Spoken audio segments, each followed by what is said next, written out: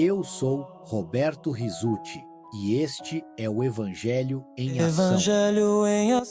Hoje, uma reflexão objetiva e prática do Evangelho com Júlia Moretti e Lorenzo Ritti. Júlia, Lorenzo, é com vocês. Olá, bem-vindos e bem-vindas a mais uma conversa nossa aqui. Olá, Hoje o nosso foco vai ser uma passagem, olha, muito conhecida, mas que sempre dá o que pensar, lá do Evangelho de Lucas. Lucas 18, né? Versículos 1 a 8. Isso, essa mesma. A fonte, então, é um texto bíblico, né? Uma história que ficou super importante na tradição cristã, falando de oração, de justiça. A famosa parábola da viúva persistente e do juiz iníquo, né? Que não era flor que se cheire. Exatamente. E a nossa ideia aqui é ir um pouco além do básico, sabe? Tentar entender as camadas dessa história sobre perseverança, sobre o que é justiça, tanto a nossa quanto a divina, e até sobre a fé. Tudo isso num trechinho curto, né? Mas bem denso. Verdade. E começa com Jesus falando com os discípulos, né? Com uma intenção bem clara de ensinar. Sim, ensinar sobre a importância de rezar sempre. E talvez o mais difícil, não desanimar, né? Pois é. Ok, então vamos desvendar isso. A passagem já começa direto ao ponto, sabe? Sem enrolação, já entrega a chave da leitura. Já diz logo no início, né? Sim, o texto fala que Jesus contou a parábola para mostrar-lhes a necessidade de rezar sempre e nunca desistir.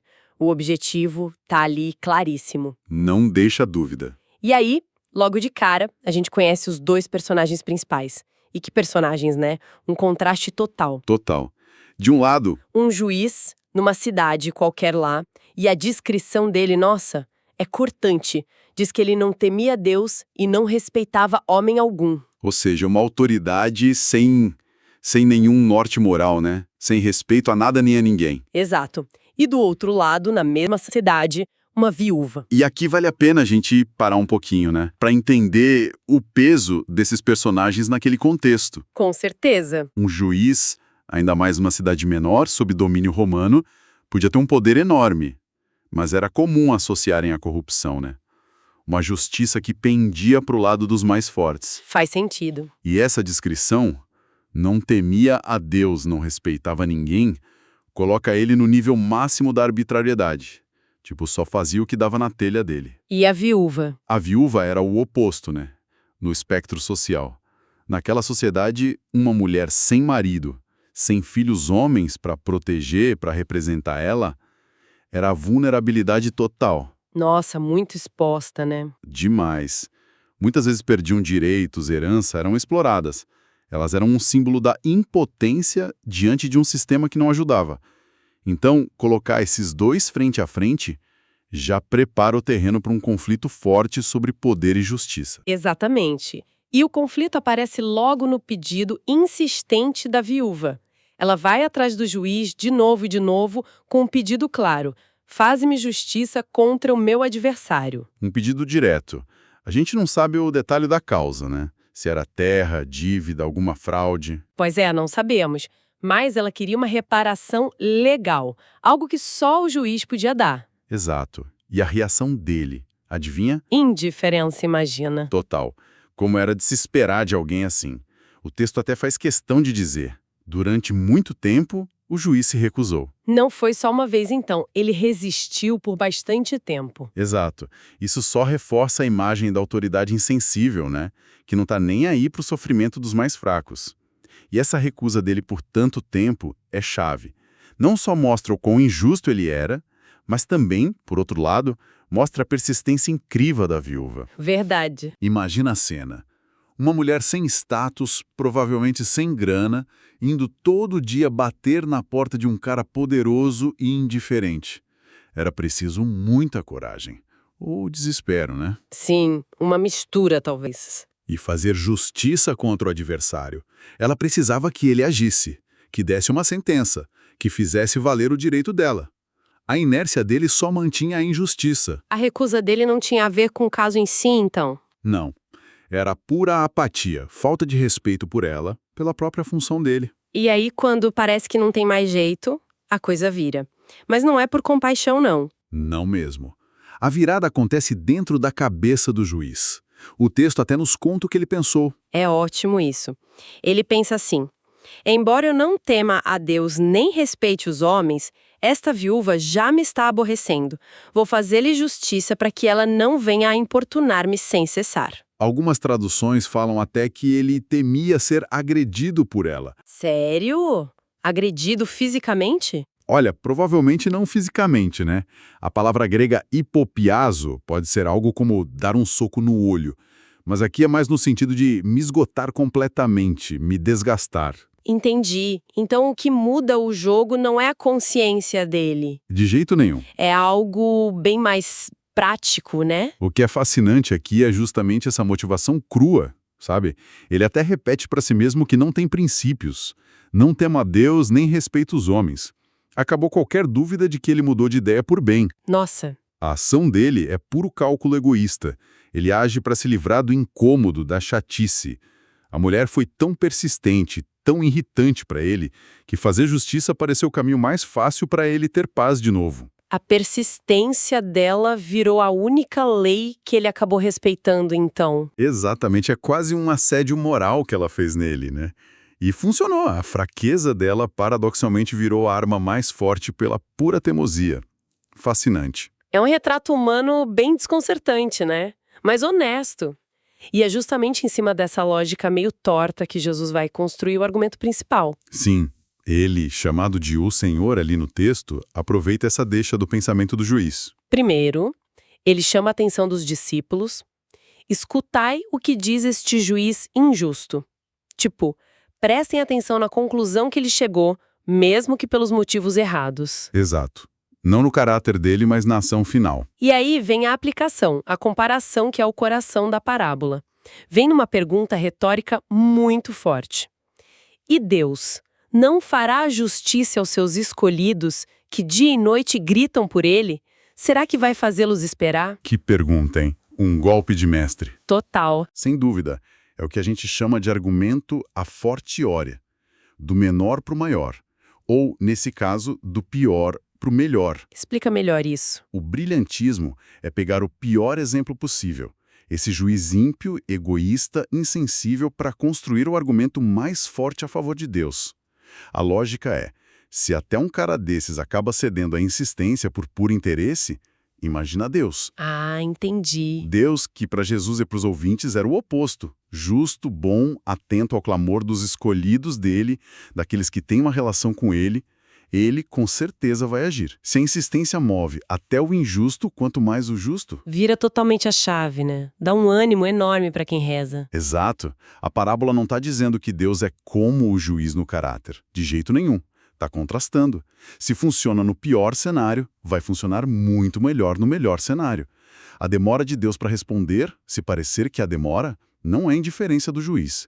É outra coisa. Essa diferença é crucial mesmo. Não é Deus igual ao juiz injusto. Se até o juiz injusto age, imagina Deus. Perfeito. E para deixar essa confiança bem firme, Jesus não deixa no ar. Ele afirma logo em seguida, de forma direta: eu vos digo que Deus lhes fará justiça bem depressa. Uma afirmação forte. Mas essa parte do bem depressa, entachei em grego, eu sempre fico pensando nisso. Porque parece ir contra a imagem da viúva insistindo durante muito tempo e os escolhidos clamando dia e noite. Como você vê essa tensão, persistência versus rapidez? É uma ótima pergunta. E essa tensão é rica para a gente pensar. Tem algumas formas de entender esse bem depressa. Primeiro, pode não ser sobre o tempo do nosso relógio, mas sobre a certeza e a iminência da ação de Deus do ponto de vista dele.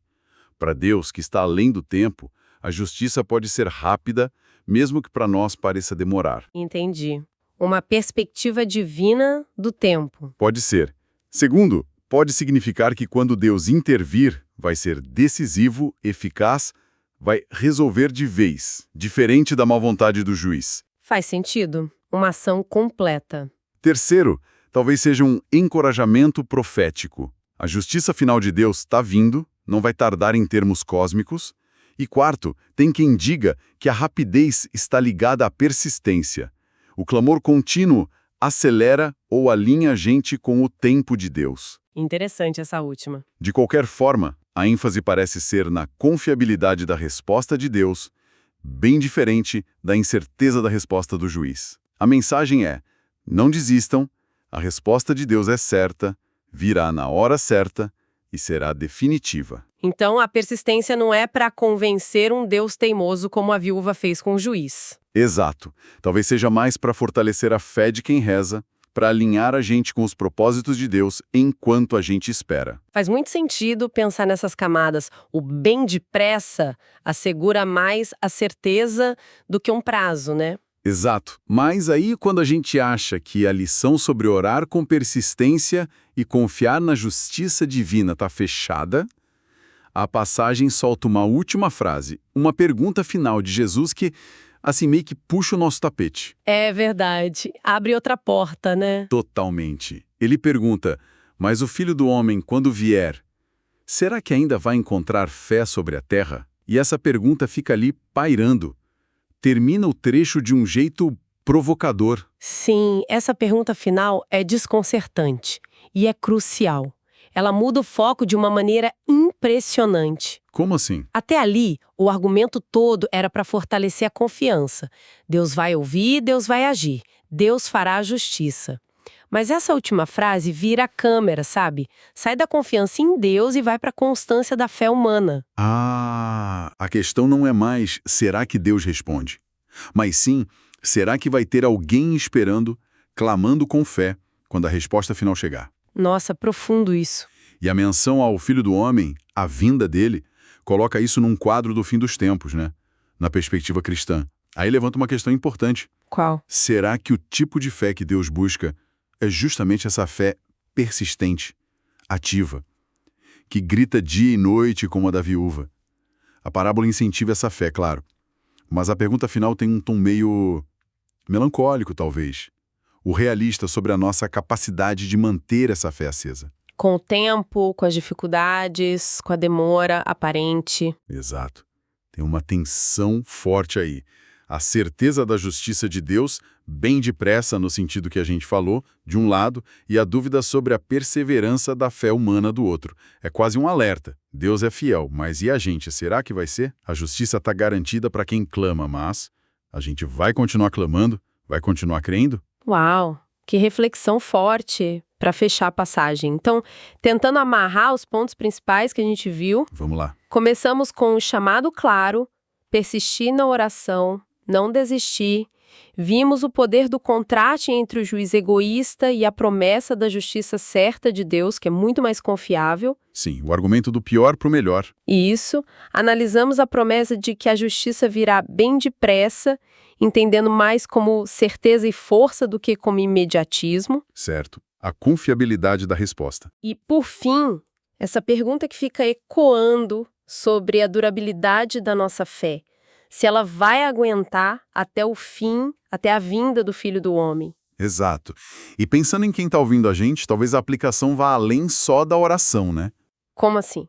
Essa dinâmica toda, a persistência de quem é vulnerável diante de um poder indiferente, e a resposta que vem, mesmo que por motivos tortos, isso acontece em muitas lutas por justiça no mundo real, né? Verdade. A parábola convida a gente a pensar na nossa própria perseverança, onde a gente precisa ser meio viúva persistente na vida, seja na fé, num projeto, numa causa, até onde vai a nossa capacidade de insistir quando parece que não tem jeito. Quando a resposta demora, quando o sistema parece injusto.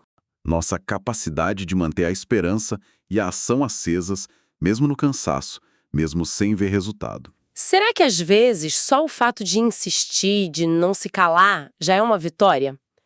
Uma forma de manter a dignidade? Pode ser, mesmo antes da justiça concreta chegar. É uma ótima reflexão. Essa conexão com a ação no mundo é muito boa.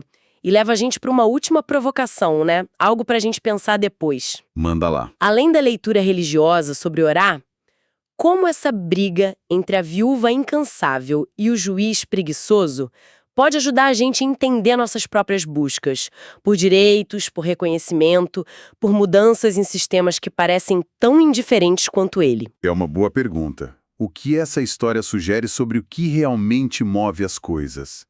Às vezes é a consciência, ou às vezes é só o incômodo que a gente causa insistindo. Pois é. E voltando àquela conexão final de Jesus, qual será a ligação entre clamar sem parar, persistir na busca, na oração, na luta e a própria manutenção da fé, da convicção que nos move? Será que a persistência não só busca algo lá fora, mas ela também é o exercício que alimenta a própria fé, que nos sustenta? Que a torna real, viva? Fica aí a reflexão para cada um, né? Paz de Cristo esteja convosco. Obrigado por nos assistir e até o próximo vídeo.